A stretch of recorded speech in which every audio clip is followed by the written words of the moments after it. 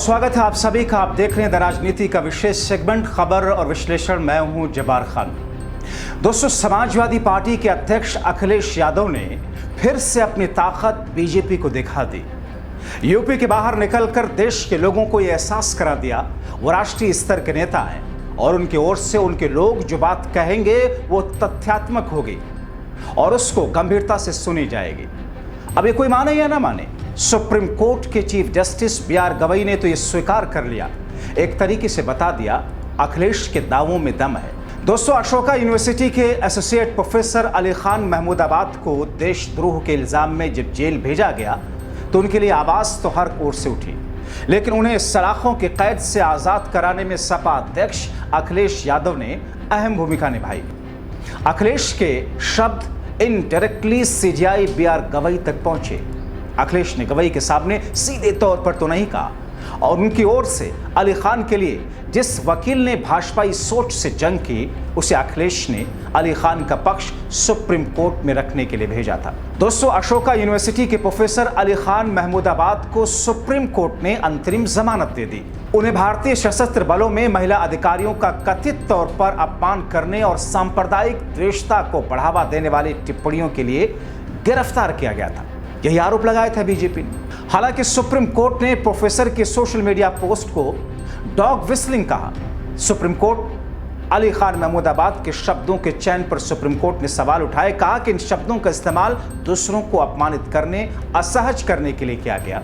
शीर्ष अदालत ने कहा कि हर किसी को अभिव्यक्ति की स्वतंत्रता का अधिकार है, लेकिन महमूदाबाद के बयानों को कानून की नज़र में डॉग विस्लिंग यानी कि किसी का समर्थन पाने के लिए गुप्त संदेश वाली भाषा कहा जाता है। Chief justice B R. गवई और जस्टिस ऑगस्टीन जॉर्ज मसीह की पीठ ने हालांकि जांच पर रोक लगाने से इनकार तो किया। हरियाणा के जीडीपी को 3 सदस्यीय विशेष जांच दल गठित करने का निर्देश दिया। दोस्तों, महमूदाबाद को ऑपरेशन सिंदूर पर सोशल मीडिया पोस्ट के लिए संप्रभुता और अखंडता को खतरे में डालने सहित कठोर आरोपों के तहत 2 एफआईआर दर्ज किए जाने के बाद 18 मई को गिरफ्तार किया गया था। महमूदाबाद को ऑपरेशन सिंदूर पर सोशल मीडिया पोस्ट के लिए संप्रभुता और अखंडता को खतरे में डालने सहित कठोर आरोपों के तहत जिस तरीके से एफआईआर किया उस पर हंगामा मचा। उन्हें 18 मई को सोनीपत की एक स्थानीय अदालत में पेश किया गया और एक दिन पहले हरियाणा राज्य महिला आयोग के शिकायत पर दर्ज मामले में 2 दिनों की पुलिस हिरासत में भेज दिया गया। हालांकि हाल में ही HCSW ने उन्हें एक नोटिस भेज करके उनकी टिप्पणियों पर सवाल उठाए थे। महमूदाबाद ने कहा कि उन्हें गलत समझा गया, यही अभिव्यक्ति की स्वतंत्रता उनके मौलिक अधिकार को रेखांकित करता है। अली खान महमूदाबाद उत्तर प्रदेश के महमूदाबाद के राजा परिवार से आते हैं। महमूदाबाद के साथ ही उन्हें बहुभाषी राजनीतिक विद्वान के रूप में देखते हैं। महमूदाबाद और अशोका यूनिवर्सिटी को अच्छी तरीके से जानने वाले एक वरिष्ठ राजनीतिक वैज्ञानिक ने कहा कि वो औपनिवेशिक भारत में मुस्लिम राजनीतिक विचारों के विशेषज्ञ हैं, जिस पर उन्होंने एक किताब भी लिखी। बहुभाषी हैं, उनको हिंदी, उर्दू, अंग्रेजी अच्छी आती है, जो इन दिनों लोगों में बहुत कम देखने को मिलती है। उन्होंने कैम्ब्रिज और सीरिया के दमिश्क दोनों जगहों से पढ़ाई की, जिसमें उन्हें एक दुर्लभ गहराई और अंतर सांस्कृतिक समझ मिलती है। बहरहाल, जब अली खान को सुप्रीम कोर्ट से अंतरिम जमानत मिली तो सबसे पहले सपा अध्यक्ष अखिलेश यादव ने एक्स पर पोस्ट करके लिखा, अभिव्यक्ति की स्वतंत्रता के बिना हर स्वतंत्रता औपचारिक है। अली खान महमूदाबाद का जन्म 2 दिसंबर 1982 को हुआ। अपनी प्रारंभिक स्कूली शिक्षा लॉमोनिटियर कॉलेज लखनऊ से की। इसके बाद से 1996 तक किंग्स कॉलेज स्कूल में पढ़ने के लिए इंग्लैंड गए। 2001 में विंचेस्टर कॉलेज से स्नातक की उपाधि प्राप्त की। उसके बाद ब्रिटेन के कैम्ब्रिज विश्वविद्यालय से PhD की उपाधि ली। महमूदाबाद 2018 में सपा के में शामिल होने के बाद 2019 से 22 तक राष्ट्रीय प्रवक्ता रहे। सपा में सक्रिय रहने तक उन्हें सपा अध्यक्ष अखिलेश यादव के सबसे करीबी सहयोगियों में गिना जाता रहा। साल 2022 के बाद महमूदाबाद के पास पार्टी में कोई आधिकारिक पद नहीं है, राजनीति में एक्टिव नहीं है। महमूदाबाद मोहम्मद आमिर मोहम्मद खान सुलेमान के बेटे हैं, जिन्हें राजा साहेब महमूदाबाद के नाम से जाना जाता है, जिन्होंने अपने जीवन के लगभग 40 साल सरकार की ओर से शत्रु संपत्ति अधिनियम के तहत जब्त की गई अपनी पैतृक संपत्ति को वापस संभालने के लिए कानूनी लड़ाई लड़ी। सुलेमान 1965 में कैम्ब्रिज भी गए, गणित का अध्ययन किया। सुलेमान का राजनीतिक जीवन भी रहा। महमूदाबाद से 2 बार कांग्रेस के विधायक रहे। उत्तर प्रदेश के अवध क्षेत्र में एक लोकप्रिय राजनेता। उनकी संपत्तियों में लखनऊ के बीचों बीच कई बड़े भूखंड शामिल हैं, जिनमें प्रतिष्ठित बटलर पैलेस, हजरतगंज बाजार का एक बड़ा हिस्सा है।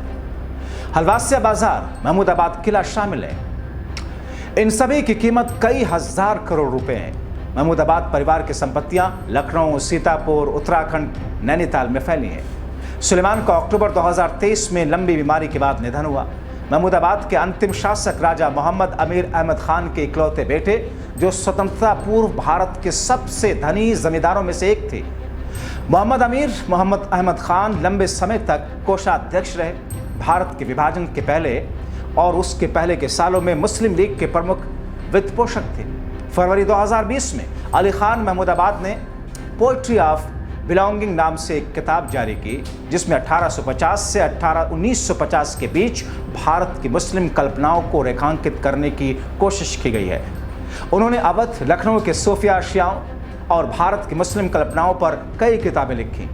कई प्रतिष्ठित बुद्धिजीवियों ने महमूदाबाद के अभिव्यक्ति के आधार का बचाव करने वाली याचिका पर हस्ताक्षर किए।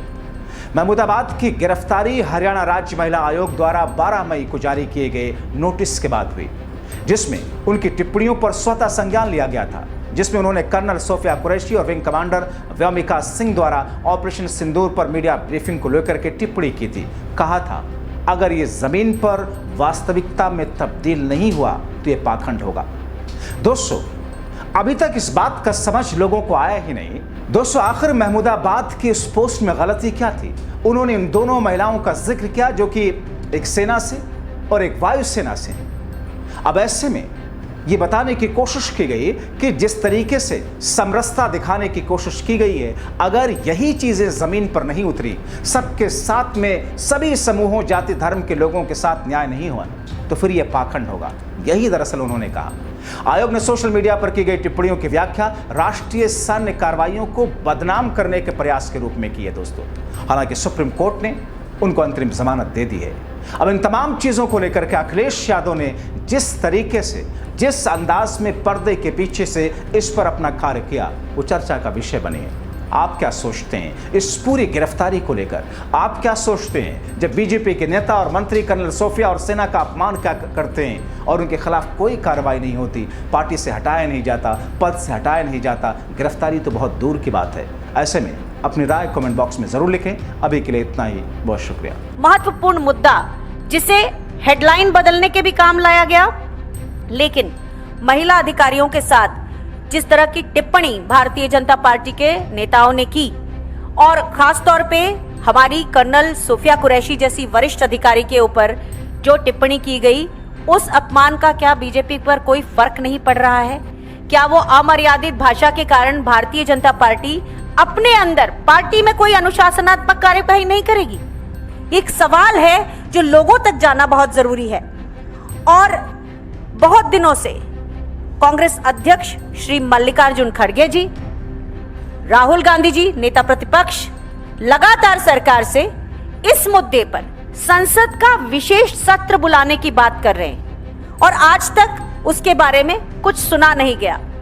तो ये कि इतने अहम मुद्दे पर संसद का एक विशेष सत्र बुलाने से, जिम्मेदारी से, उत्तरदायित्व से मोदी सरकार क्यों बचना चाहती है?